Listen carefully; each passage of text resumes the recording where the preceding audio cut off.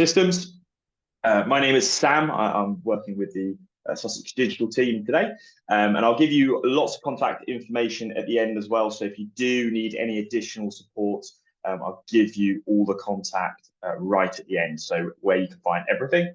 I also run lots of different sessions as well, all around digital support. So really on most things, where there is a need for digital upskill, I run sessions on those. So you can check our Eventbrite as well to see upcoming sessions. I'll put that again at the very end of the session, and I will drop a link into the chat as well for all of you. Now, what I've done today is I've structured this session into two halves. So the first half will be specifically around NHS Mail, and the second half we will then look at proxy ordering. And I've built this as a toolkit. So this is really just helping people. It's a guide, and I can send it out to everyone as well as an email at the end. And it's a guide with lots of links to different resources available to you, and how you can get the quickest, most effective support with NHS Mail in setting up and actually running NHS Mail, and then also with proxy ordering, same thing there. So I've just packed this full of information. Now, one thing I will say, if you are looking at a session that will run through the proxy systems, I won't be doing that today. That is a session that I can run bespokely as well. So if there is a need, please reach out to me, or we can put on a session for you too, where I can actually run through how to do the ordering and how to get registered. But again, this is the toolkit showing you where all of the support is for everything, and also how to get set up as well with NHS Mail. So as I said, any questions, please do pop them into the chat.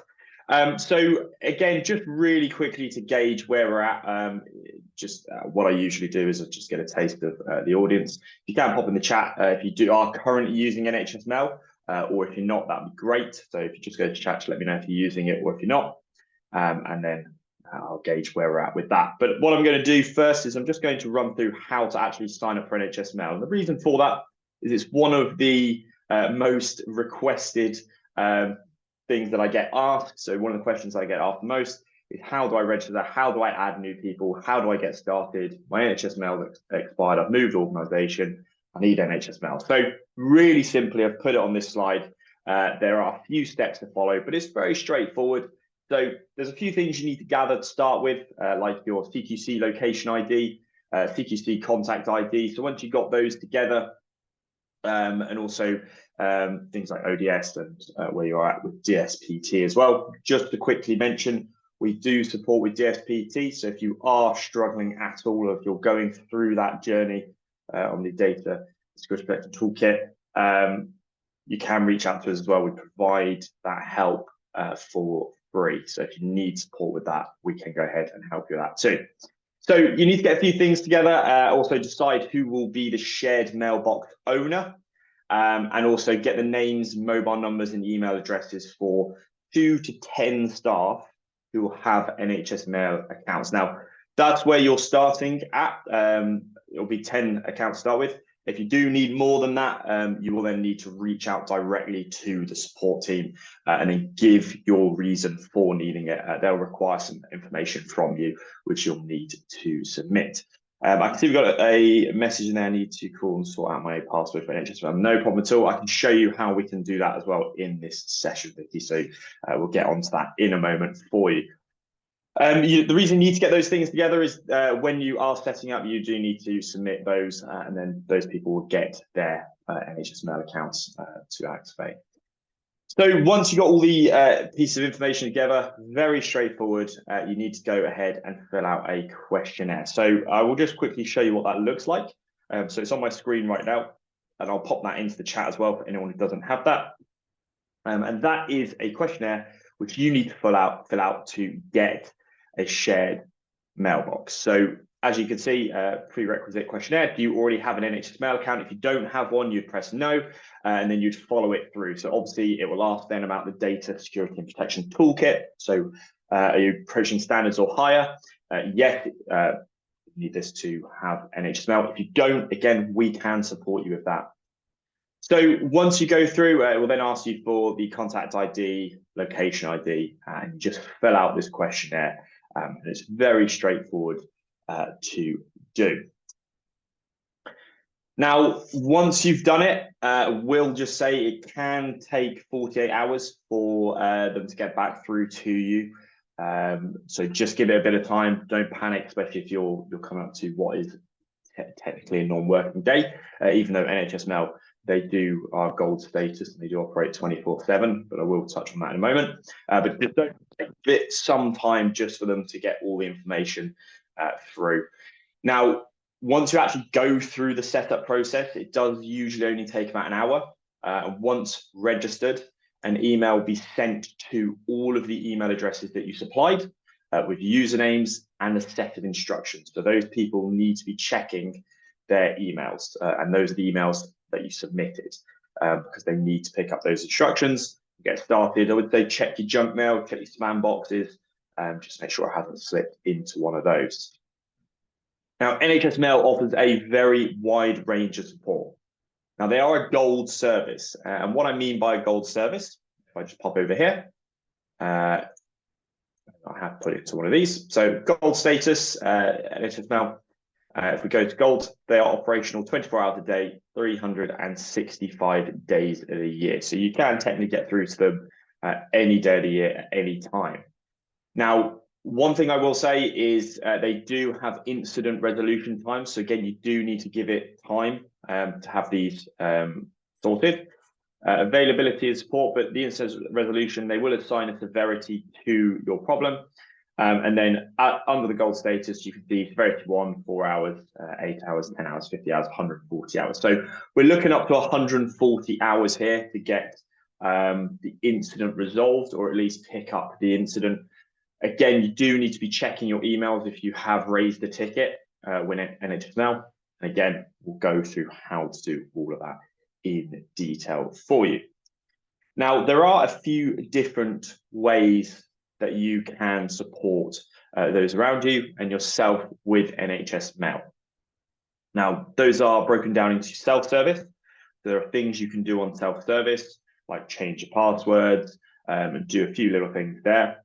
Also look at support pages, look at frequently asked questions. And again, we'll look at that in a moment. You've also got what I put as the first point of contact and then second point of contact, just for best practice here. So under self-service, you would need to go to nhs.net. And again, very simple. I'll pop that into the chat in a moment, but I've literally brought it up here. Now, it wasn't working too well, but it is literally just nhs.net. So very straightforward. And if you log into nhs.net with your NHS login, and here, once you go to the toolbar at the top of the page, you'll have a few different options up there like help, email, profile, people finder. And you can self-serve through those options. Find different pieces of information, go to help, and also reset passwords by going through profile, things like that. So that's where I would point you to self-serve. The second thing available to you is you do have a support hub, and I'll just pop that one into the chat as well. But again, I will send this out to everyone at the end. We will get this distributed, this PowerPoint, so you'll have all those links available as well. But in here, you can basically enter how you need help. So maybe like the question we have, I need to reset my password. So you'd type in something like password reset, and then it will give you all of the different options of how you can do this. So such as changing password, unlocking accounts, resetting users, self-serve password reset. And you can navigate your way through this to find your support. They also have a knowledge base as well in here, and they also have the help desk self-service. So if we click in here, if you're really stuck and you can't self-serve, you just pop in your details, it'll log you in, and then from there, you can go through and raise a ticket to get that support from the central team. So lots you can do on their self-serve. Now, as I said, you may really struggle there. You may not find the answer, or in your role, we appreciate it can be very busy and you simply don't have the time. This is where you can raise a ticket. Now, I need to distinguish how this is done because it's different depending on how the care home structure is set up or the organisation is set up.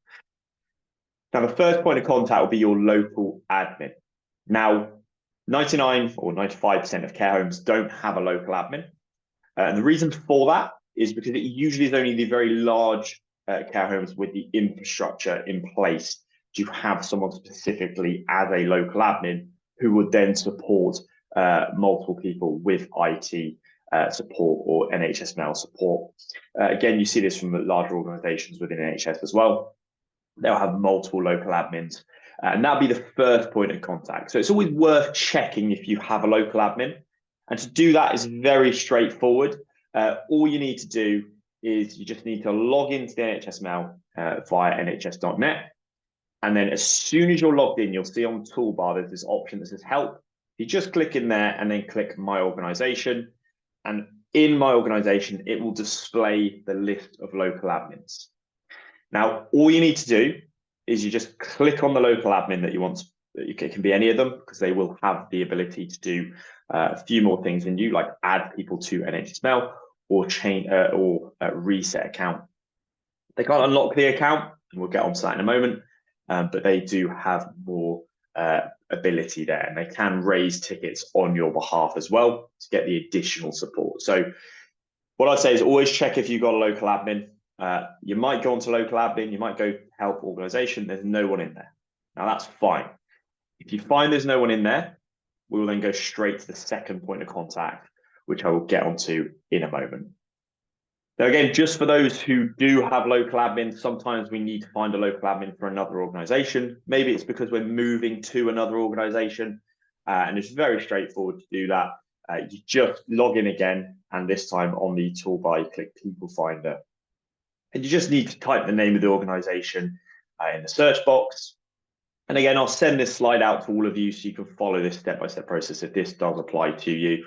And then it'll take you through to a directory. You just click on the organization, as I say, and then it will display the local admins for that organization. And then from there, you literally just email that local admin or ring them or reach out to them by the contact details supplied. Now, again, I've included this, but I won't go through into too much detail as this one is very unique. Very few people have this, and this does apply to much larger organizations. But there are things called primary local admins, and they have much greater responsibility than local admins. And again, if you go into organization and you have a list of local admins, sometimes you'll see someone in there with primary local admin or PLA next to their name. That is the one that I would suggest you contact, as they have the greatest responsibility in there. They can do a lot more, and I've put in what they can do in there. But as I said, I won't touch on that, as it only applies to a very small percentage of care homes, and then also the large organisations in the NHS. There's also some details on how people can allocate a PLA for an organisation as well. So I've included that there. And again, you can use that as a step-by-step guide if that does apply to you, but it's unlikely. So I've also included a slide here, which is the National Service Help Desk. And this is what I would describe as the second point of contact. So you've tried to self-serve, can't find the solution. You've gone through to first point of contact. Maybe the local admin can't support, or maybe you don't have a local admin. This is where you would then reach out to the National Service Help Desk. And I've included all of the different contact details for them. So you've got the phone number and you've got their email address here. You can also give feedback, and they also have a service status. So this is very useful, the service status. And the reason for that is there might be a national issue with NHS mail or a local issue with NHS mail that they are working on and they're aware of. And you can just simply click on here if there is a system problem and you're finding that all the staff are having this problem. You go on the service status, it will show you any known issues that they're currently working on. It just saves you getting on the phone or sending an email to something they're already actually working on at the time. But as I said, if it is something that you are struggling with, you need immediate support, that is where you either ring them or send an email. Now, when you do this, it will then raise a ticket, and that ticket will then be the ticket that they will then start following action on. So let's say you've sent an email to helpdesk@nhs.net. You will then receive an acknowledgement ticket to your email, which will say, It will give you an incident number. And I always say note down that incident number just so you have it for future reference. If you need to reopen a ticket or you need to talk to somebody else, they can then look back at your previous incident through that number. So on the email, this is very small on the screen, but again, you'll have this as a PowerPoint. You'll see a ticket number here and it'll tell you the ticket number. It'll also tell you the status of your ticket. So you'll get an email through acknowledging, and then you'll get a follow-up email depending on how quickly they have assigned severity to it and how quickly they're going to work through it. And again, the time range can differ significantly. So they might even escalate it to a second team, in which case you'll get another email receipt saying they've escalated it to another team to look into in detail. But they will give you instructions of how to resolve the ticket. So in this box here, they will give you step-by-step of what you need to do to resolve this. Now, this may not work for you, or it may not be related, in which case sometimes they will have next ticket action at the bottom of that email. And if you just click on the blue text, it will take you to a secure inbox, and then you'll be able to send a reply to them just by clicking on where it says, please click here. And that basically sends a secure email reply back to them, and then they will get back onto it for you. Now, as I said, you can, in some cases, they will also direct you to directly reply to the email. In this one, it says, do not reply to this email. Then you need to click, please clear. But sometimes it says, just reply to the email. So do check that box that says next ticket action. So this is what you do if you are going via email to that second point of contact. And it's something I do every day. I support a lot of people with NHS Mail. And if they're really struggling, I will then jump in as that middleman to try and get it resolved if that person does not have time. And what I'd say to all of you in this session today, if you've gone through the second point of contact and you are really struggling, if it's just going around in circles, please do reach out to me, drop me an email, and I will jump in on your behalf and get it resolved, or try to get it resolved for you. And I'll leave my email at the end of this session as well. I, as I said, support lots of people with NHS Mail and proxy ordering. So you can use me as a direct point of contact if you are struggling with this and that ticket has gone nowhere for you. Now, what I've said is I've included all of the links to everything that I have touched on today in this slide. So you can go through those. Some of them might not be relevant to you at all. That's absolutely fine. But we do have things on here like a full guide to getting NHS Mail set up. We've also got the support site, the login site, also how to look for your ODS codes, and also we've got use policies, and then there's how to sign up if you're certain organisations. But for you as a care home, if you are a care home, you just go through to the guide and then obviously follow that questionnaire. Very simple. So before we move on to the proxy ordering side, are there any questions? Please do pop them into the chat or raise your hand if you've got any questions. As I say, we will get this sent out to everybody as a slide deck, and you've got all of the links in there. And as I said, if you really struggling with NHS Mail, email me and I'll leave my email at the very end of this session. So I'll keep an eye on the chat as I go into the next part. If anyone's typing up any questions right now, don't see any questions. So what we're going to do is we're going to quickly go through proxy ordering toolkit now. So as I say, I do run an additional session. I can offer one-to-one support on this as well. So if it's something you're looking into or struggling with, please do reach out to myself and I can go through and give you additional support on this, or again, just act as that middleman. Again, using the chat, is anyone currently using proxy ordering? Are they using any of the systems to order medication, or is anyone looking to get proxy ordering set up? If you are, just pop a message in the chat. Just help me gauge where we're at with this. But for those who aren't, proxy ordering is basically ordering medication on behalf of someone else. And obviously, in this case, we're looking at the care home ordering medication on behalf of the residents. And why would you do this? Well, there are numerous case studies that have been put out there as to why this is so effective and beneficial. And Something that's quite important in here is there are multiple parties involved in proxy ordering. So obviously yourself and the GP practice surgery, you both need to be on board, as it is the GP practice who will be setting up the system for you to access. So they do need to actually be using it. I've had many care homes reach out to me saying, we really want it, we've got everything together, but the GP practice doesn't want it at all. And in that case, you do need to get together with them and explain the use case, the benefit of it, and liaison with them. But they do need to be on board in order for you to have access to proxy ordering. Now, I put one case study in here. I said there are many, many case studies that you can look at, but this is just a case study on one care home. So what we've done is we've put in the benefits that they found. So a closer working relationship with GP practice and the care home. Staff had their own usernames and passwords, so it meant that they do not have to log in on and off of each patient. So it saves a lot of time. And care home staff can order at any time, day or night. Any items that have not been ordered can very easily be ordered by the care home. And ordering online is easier for the GP practice, and it saves time and reduces errors. And we've seen that time and time and time again through all the case studies that have been conducted. It's clear, easily accessible, and it's very easy to audit it.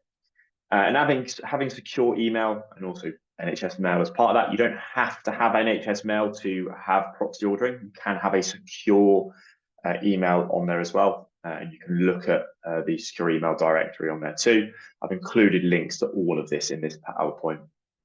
But having a secure email, in this case, commonly NHS mail, allows care homes to stop faxing and email the GP practice directly for queries or requests, quicker ordering and delivery, and it saves time in both the care home and GP practice. It's less queries and quicker ordering time. Now, Nada's just put a really good point into the chat. So if anybody would like proxy, but your practice is not on board, please let us know, or we can try and speak with our primary care liaison person. Obviously, we can't promise anything as we will be stepping in, but we can definitely try. And that's something we do. And I've found that numerous times, but we can try and liaison for you to get this set up. But as I said, do both need to be on board with this. So there's time efficiency savings. So before proxy ordering in this case, the care home would spend 3 days ordering medications. Again, this does vary on size of care home, which is looking at one care home in this case. And since having proxy ordering, it now takes the care home staff 1 hour and 4 minutes on average to order medication. So a dramatic time saving in that case. And in cost equation, so it equates to around £412 saved in money terms, and around 5,200 per year money saved. So we're looking at being able to jump straight in, stop any wastage of medications as well. And we just have that real-time access to ordering those medications. So cancelling requests, ordering new requests, if people aren't in the home or have passed away or whatever reason it might be, we can jump in, we can stop that. And there is a huge time and cost saving there.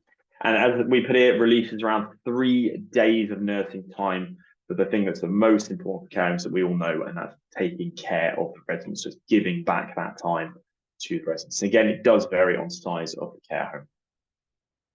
So I've included an infographic here, which is step by step, all of the steps that you need to go through when setting up proxy ordering. So also all the parties involved, we got the care setting, GP practice, pharmacy, and it shows what each of these need to do.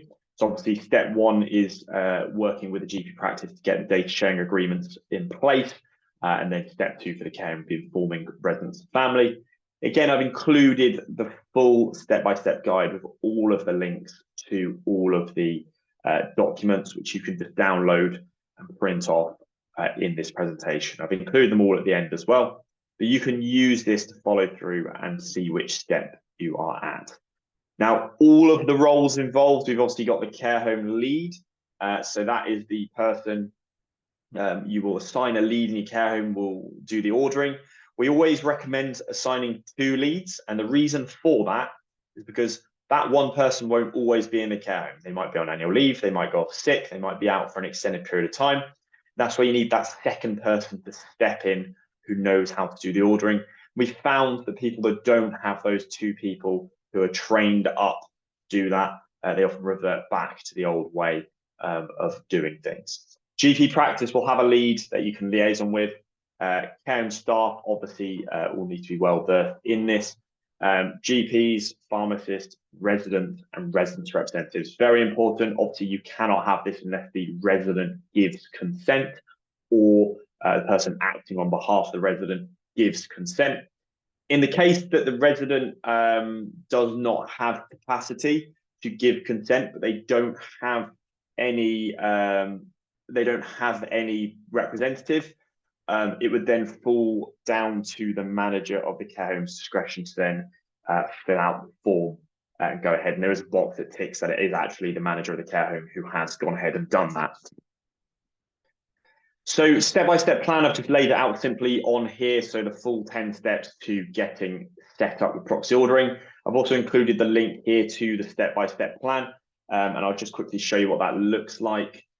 So this is the step-by-step plan. This is what the link will take you through to. And we've got the step-by-step process. So step one, it says get all your data sharing, everything set up. You've got all of the links in here. So you can click on these links and it'll take you straight through to downloadable templates that you can fill out and then you can send on to the GP practice. But these are all the steps that you can follow in here. And also over the left-hand side of the screen, lots of useful links as well. So we've got all the downloadable resources, guides, frequently asked questions, tips for success. There's even communication plans in here. So if you are needing to communicate with the GP and you're struggling, you can follow a communication plan in here as well. Really does have everything in here. As I said, I've included this in the PowerPoint, but I will pop a link in the chat as well. So you've got it there too. So we'll just head back over to the slide. So you can use this as a just clear 10-step plan, just to see which step you're at and what comes next. But you can follow it through this link. You click on all the useful links. Now we've also got another infographic here, and I pulled this from a team that I used to work closely with who put this together. And this was very useful. So this is basically what we looked at before. So that original infographic I showed you. But this one, I've actually included links. So as you can see, we've got the care setting GP practice. We've got that first step we looked at a moment ago. Data sharing agreement needs to be done. You can just click straight on here and it'll take you through to a template for the data sharing agreement, which you can print off or fill out and then send off. And every single one of these has a link which directs you to the step that you'll be using. Now, the GP practice itself, they will set up a system or they will use a system, and it'll be one of these three systems. So you have TPP, also known as System 1. You have EMIS, also known as Patient Access, and you have Microtest. Now, the two most commonly used ones are TPP and EMIS, so System 1 and Patient Access. They are the two most commonly used ones that we see.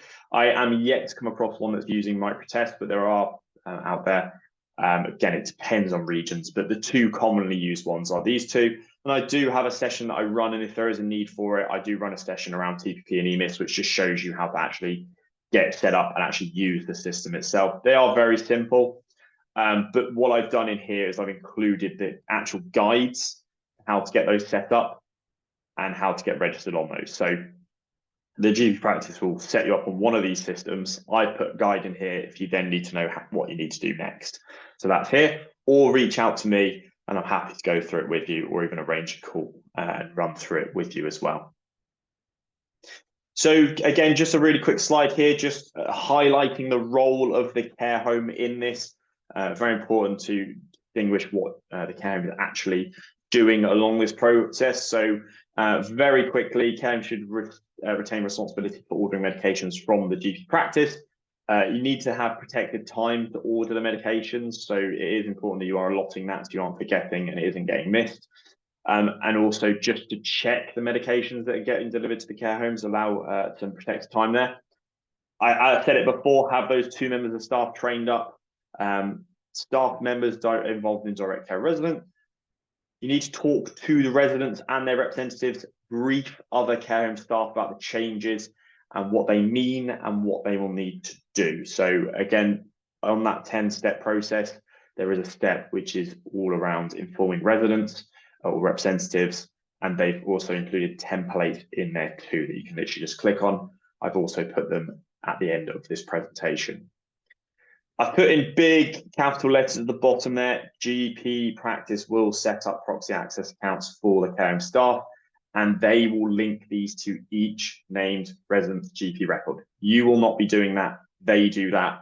And again, that is why it's so important that the GP practice is on board with this, as without them, you can't have it, because they are the ones that you will, you're sharing the data consent agreements, and they will then give access to the patient record. So they have got to be on board. And as I said, we can support with that and liaison for you, or you can follow the communication plan that I've included. So as I said, a few things that you can get done to obviously have a communication plan in place, have the consent forms done. So you can go ahead and get those done now. I always say this to everyone, get those forms completed. It will save you a few weeks of time. On average, it does take a few weeks to get all of these sorted. So get those done, get everything ready, and that way you are good to go. So this is a very heavy slide, and you probably can't see this because there is so much on the screen. But basically, this is every single form that you may need to support you with this. And I've put them all in here. So from data impact assessments to each of the systems, the TGV, EMIS, Microtest, to resident consent forms. We've also got checklists for care homes. So you can have a checklist you can download and you can print off and you tick that. Also got checklists for the GP practice and then communication plan. So everything is in here. You can refer back to this slide if you need support with anything, or if you don't want to use the slide, again, on this link that I have shared in the chat, step by step, you have a list of downloadable resources on the left-hand side of the screen. If you click into there, it has all of the templates here as well. So you can go through all of those too to support you with this. So as you can see, this presentation is a toolkit that you can use to jump into to support you with all of anything you need support with in here, basically. Now, again, I will open up for questions here. So if you do have any questions, please pop them in the chat or raise your hand. Again, you can use that. You'll find that on the toolbar. You can raise your hand in there and I'll come straight across to you. But if not, I have included all of the support. So firstly, I've just put a link to the Sussex Digital Team's website. Really useful here to show you what that looks like. And I will pop a link into the chat as well. I've gone to the About Us section. We'll go back to the homepage. So just pop you a link here in the chat. Please do have a look at that. We do offer so much support and free support in there. So if you do need support with DSPT, if you do need support liaisoning with your GP practice, you do need support with NHS mail, proxy ordering, please reach out to us. And we do run lots of different sessions in here as well. So you can go through, check it. We also have all of the upcoming events in here as well. So you can book into those events, have a look. That also includes the events that I'm running. And I run lots of different events. So not just NHS mail and proxy ordering, really all things digital. And if you reach out to me, I can support you in here, but you can book through via this page. So really nice and simple. And I've popped the link in there for you now. Secondly, I've included the Eventbrite link in there anyway. So if you don't, you can't go through today, you can't find that support, I do have the Eventbrite link. And then finally, my email. So as I say, if you are struggling with anything in this presentation, or maybe you're struggling with something in NHS mail, please drop me an email. If you can think of anything right now, drop me an email right now or after the session. I'll pick that up and I'll support you. And again, I'm happy to run through, open up a Zoom call or a Teams call with you as well, and support from there one-to-one. And that's, again, NHS proxy ordering, or again, our team can help with DFBT and also lots of different things. So do drop me an email. My email is there. I will pop it into the chat as well, just so you've got it. But what I've said is we can get this email out to all of you at the end of the session if that's what you would like. But that really is everything from myself today. So just a quick run through of that support tool pack that I put together. Again, any questions at all? I'll give you a few moments to type anything up or raise a hand. Yeah, of course, we can get you the email over, no